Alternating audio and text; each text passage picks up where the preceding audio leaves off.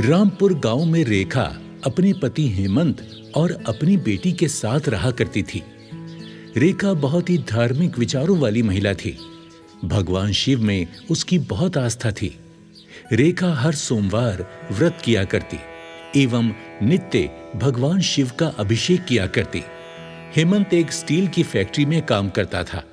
रेखा गरीबों को दान दिया करती और गांव में जब भी किसी को किसी भी प्रकार की मदद चाहिए होती तो रेखा कभी पीछे नहीं हटती। भगवान शिव की कृपा से रेखा के जीवन में सब अच्छा चल रहा था। हे भोलेनाथ, मुझ पर और मेरे परिवार पर सदा अपनी कृपा बनाए रखना। आपकी दया से मुझे किसी चीज की कोई कमी नहीं है। आपका धन्यवाद प्रभु।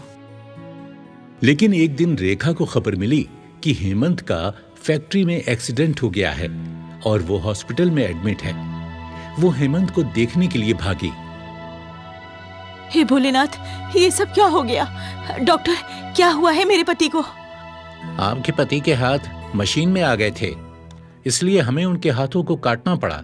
अभी वो बेहोश हैं। आप थोड़ी देर बाद उनके होश आने पर उनसे मिल सकती हैं। रेखा हेमंत के होश आने का इंतजार करने लगी और मन ही मन भगवान शिव से कहने लगी, हे भोलेनाथ, मैंने किसी का सपने में भी बुरा नहीं किया, फिर मेरे साथ ही क्या हो गया प्रभु? हेमंत को जैसे ही होश आया, रेखा भागती हुई उसके वार्ड में चली गई। रेखा, रेखा,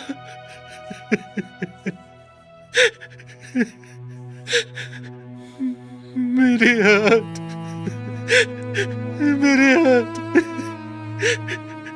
ये क्या हो गया रेखा? इससे तो मैं मर ही जाता तो अच्छा होता।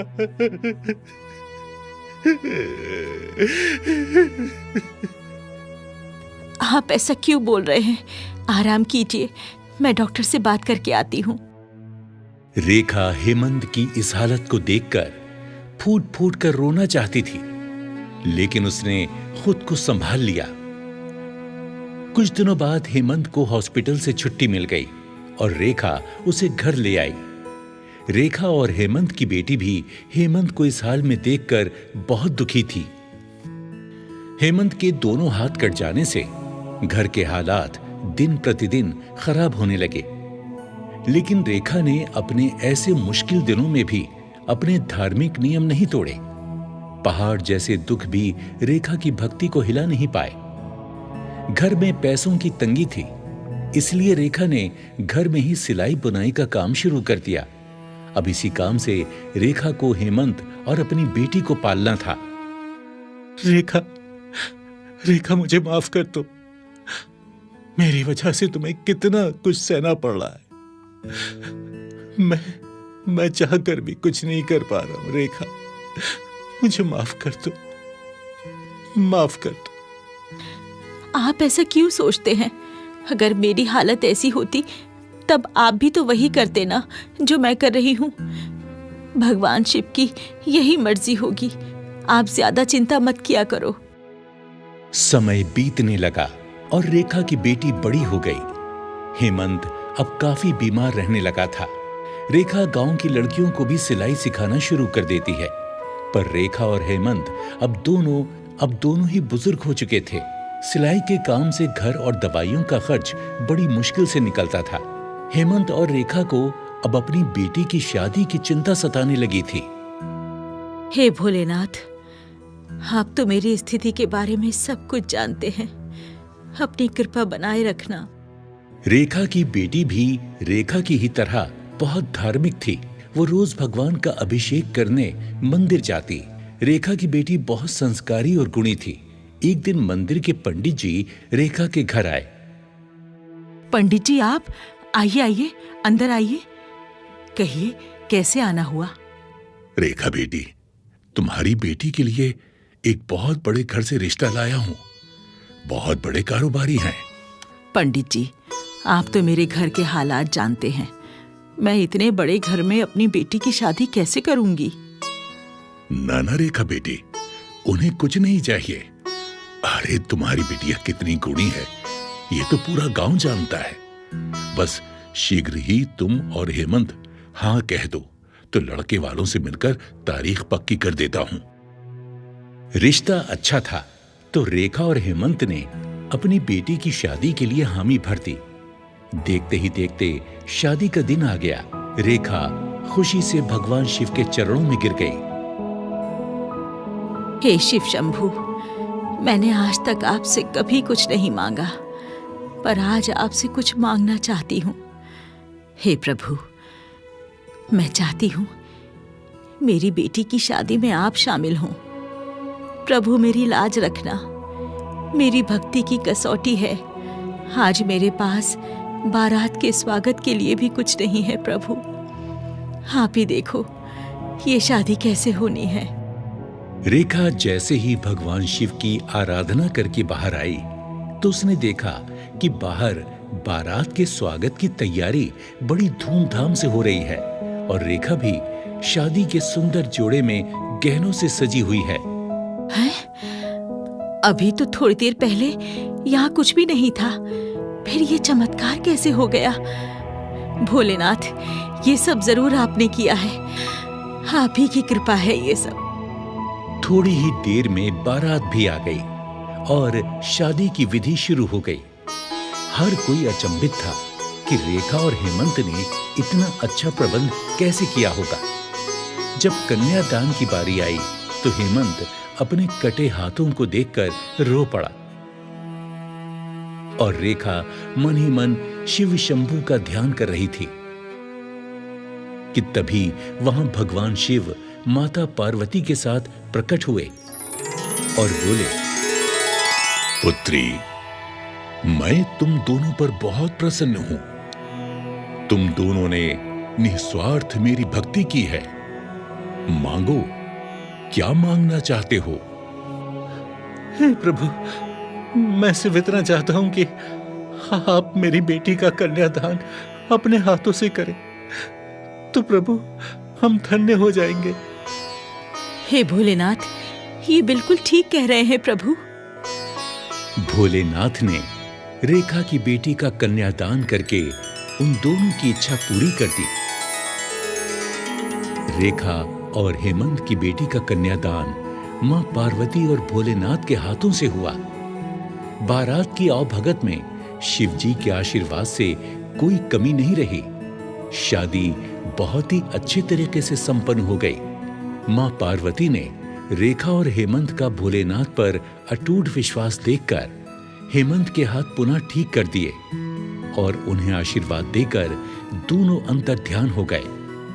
कहते हैं, अगर हमारी आस्था सच्ची है और विश्वास सच्चा है तो ईश्वर हम पर अपनी कृपा दृष्टि बनाए रखते हैं।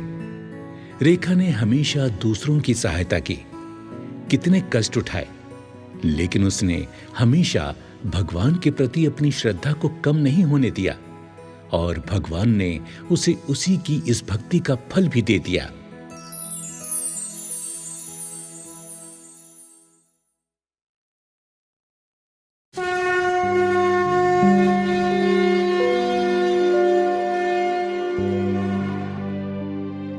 किसी गांव में रामू नाम का एक व्यक्ति अपनी पत्नी के साथ रहता था। रामू फल बेचने का काम करता था। रामू की पत्नी सावित्री लोगों के कपड़े सिला करती थी। रामू और सावित्री का साधारण जीवन ठीक ठाक व्यतीत हो रहा था, परंतु उन्हें केवल एक ही दुख था कि उनकी कोई संतान नहीं थी। गांव के लोग सावित्री को बहुत ताने मारते थे। वो ताने सुन सुनकर बहुत दुखी होती थी और ईश्वर से कहती, हे भगवान, आप मुझसे किस बात का बदला ले रहे हैं? आप तो सब पर कृपा करते हैं, फिर मुझ अभागिन की भी सुन लीजिए प्रभु। रामू सदैव सावित्री को तसल्ली देता। अरे सावित्री, धैर्य रख। ईश्वर ने जो लिखा है ना भाग में वही मिलेगा, इसलिए दुखी मत हुआ कर। परंतु सावित्री दिन रात संतान की चिंता में खोई रहती। सावन का माह आरंभ होने वाला ही था। सावित्री ने अपनी माँ के घर जाने का फैसला किया और रामू से कहा, सुनो जी, आज आप फल बेचकर जल्दी घर लौट आना। क्या हुआ भाग्यवान, कोई जरूरी काम है क्या? जी, मैं अपनी माँ से मिलने जाना चाहती हूँ। बहुत याद आ रही है उनकी। और आप तो जानते ही हैं, सावन के माह में सभी लड़कियाँ अपने मायके जाती हैं। अरे हाँ भाग्यवान, मैं जल्दी आकर तुम्हें तुम्हारी माँ के घर छोड़ आऊंगा, बस।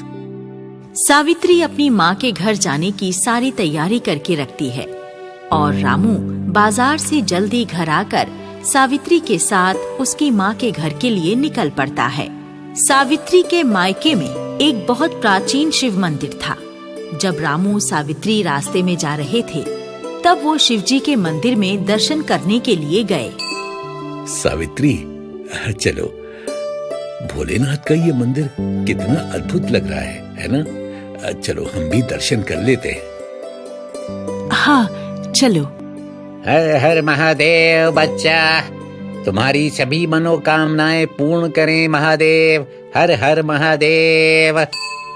रामू और सावित्री शिव जी के दर्शन करके सावित्री की माँ के घर पहुँच जाते हैं और दोनों शिव दर्शन पाकर एक अद्भुत शांति का अनुभव करते हैं। भोजन करके दोनों सो जाते हैं। प्रातः जब दोनों उठते हैं, तो फिर सावित्री की माँ और भाई शिव मंदिर जाने के लिए तैयार हो जाते हैं। माँ, आप सब शिव मंदिर जा रहे हैं? क्या आप सब रोज मंदिर जाते हैं? बेटी, हम तो भोले बाबा का अभिषेक करके ही अपनी दिनचर्या शुरू करते हैं। तेरे पिता के जाने के बाद उन्हीं के आशीर्वाद से हमारा गुजारा चल रहा है। और तेरी भाभी तो हर साल सावन के सोमवार का व्रत करती है। माँ, मुझे भी ये व्रत करना सिखाओ। भाभी, ओ भाभी, मुझे भी बताओ ना, इस व्रत को करने की विधि क्या है? अरे सावित्री, रख लेना व्रत। पहले तुम और रामू तैयार हो जाओ, कुछ खा लो। क्यों ना तुम भी आज हमारे साथ मंदिर चलो। कल से सावन शुरू हो रहे हैं। मैं तुम्हें व्रत का सारा विधान समझा दूंगी। रामू और सावित्री एक बार फिर मंदिर पहुंच जाते हैं। दोनों सबके साथ भोले बाबा का अभिषेक करते हैं और भगवान भोलेनाथ के सावन के सोमवार के व्रत रखने का मन बना लेते हैं। सावित्री अपनी भाभी से व्रत का विधान बताने को कहती है। देख सावित्री, भोले बाबा तो बहुत भोले हैं। उनके व्रत का विधान भी अत्यंत साधारण एवं सरल है। जो भी भक्त उनका व्रत सच्ची श्रद्धा से करता है, उनकी कृपा उस पर हो जाती है। इस व्रत का कोई खास नियम नहीं है, किंतु ये आवश्यक है कि दिन रात में केवल एक ही समय भोजन करो और प्रातः व्रत आरंभ कर शिव पूजन एवं शिव कथा सुनो। ये व्रत सभी मनोकामनाओं को पूर्ण करने वाला है। भाभी, मैं इस व्रत को अवश्य करूंगी। सावित्री, मैं भी तुम्हारे साथ सावन के सोमवार का व्रत पूरे विधि विधान से करूंगा। क्या पता भोले बाबा हमारे भाग्य की रेखा पर तरस खाकर उसे बदल दे। हमें संतान का सुख मिल जाए। दोनों मिलकर सावन के पहले सोमवार का व्रत रखते हैं। दोनों ही भोले बाबा के मंदिर जाकर विधि विधान से पूजन करते हैं एवं शिव कथा का श्रवण करते हैं। वो प्रत्येक सोमवार ऐसे व्रत का निर्वाह करना प्रारंभ करते हैं और यही कामना करते हैं कि उन्हें एक संतान की प्राप्ति हो जाए। दोनों के भक्ति भाव देखकर पार्वती जी शिव जी से कहती हैं, स्वामी, ये दोनों आपकी भक्ति कितनी श्रद्धा से कर रहे हैं। आपको इनकी मनोकामना पूर्ण करनी चाहिए। तभी वहाँ नारद मुनि आ जाते हैं और कहते हैं, नारायण नारायण। माँ पार्वती और भोले बाबा को नारद का प्रणाम। कहो नारद, कैसे आना हुआ? नारायण नारायण। प्रभु, मैं आपकी आज्ञा से सावित्री और रामू की परीक्षा लेना चाहता हूँ। इससे ये सिद्ध हो जाएगा कि वो आपके वरदान के योग्य है भी या नहीं। हाँ प्रभु, अगर नारद मुनि आपके भक्तों की परीक्षा लेना चाहते हैं तो ठीक है। नारद मुनि सावित्री और रामू की परीक्षा लेने के लिए पृथ्वी पर पहुंच जाते हैं। रामू और सावित्री का सावन का आखिरी व्रत होता है। दोनों पति पत्नी अपने व्रत का उद्यापन करने मंदिर जा रहे होते हैं और नारद मुनि एक ऋषि के भेष में उनसे मिलने पहुंच जाते हैं। अरे सावित्री और रामू, कहाँ जा रहे हो भाई? अरे उस वैरागी को मनाने मत जाओ, तुम्हें कुछ प्राप्त नहीं होगा। मेरी शरण में आओ, मैं तुम्हें संतान प्राप्ति की एक ऐसी पूजा बताऊंगा कि तुम्हारा सपना सत्य हो जाएगा। महाराज, आपने हमारे नाम कैसे जाने और हमारा उद्देश्य भी बिना बताए जान गए? कौन है प्रभु आप? हाँ महाराज, बताने की कृपा करें और ये भी बताएं कि आप हमें हमारे भोले बाबा के पास जाने से क्यों रोक रहे हैं? क्योंकि मैं जानता हूँ एक मूर्ति तुम्हें कुछ नहीं दे सकती, किंतु मैं अपनी शक्ति की विद्या से तुम्हारा सपना साकार कर सकता हूँ। रामू और सावित्री पहले तो बहुत सोच विचार करते हैं, फिर ऋषि से कहते हैं, ऋषिवर, हमें क्षमा करें, हम भोले बाबा के नाम का व्रत कर रहे हैं। अगर उन्हें कृपा करनी होगी, हमें संतान अवश्य प्राप्त होगी। हम और किसी की पूजा नहीं कर सकते। अरे मैंने तुम्हें बताया ना कि ये बैरागी तुम्हें कुछ नहीं दे सकता। तुम व्यर्थ ही इसकी पूजा करके अपना समय बर्बाद कर रहे हो। मेरे द्वारा बताए गए उपाय करोगे तो फिर देखना क्या चमत्कार होता है। ऋषि महाराज, हमारे भोले बाबा वैरागी अवश्य हैं, परंतु वो अपने भक्तों पर दया अवश्य करते हैं। हाँ, हम पर वो अपना आशीर्वाद जरूर बरसाएंगे और बाकी हमारा भाग्य है। महाराज, आपको कुछ देना ही है तो अपना आशीर्वाद दीजिए कि हम अपना व्रत पूरा कर सकें। ऋषिवर, आज्ञा दें, हमें देर हो रही है। हम तो केवल भोले बाबा का व्रत पूर्ण करना चाहते हैं। उनकी भक्ति करना ही हमारा धर्म है। इतना कहकर रामू और सावित्री शिव मंदिर चले जाते हैं। नारद मुनि उनका शिव में अटूट विश्वास देखकर प्रसन्न होते हैं। माँ पार्वती और भोले बाबा दोनों को आशीर्वाद देने मंदिर में प्रकट होते हैं। मैं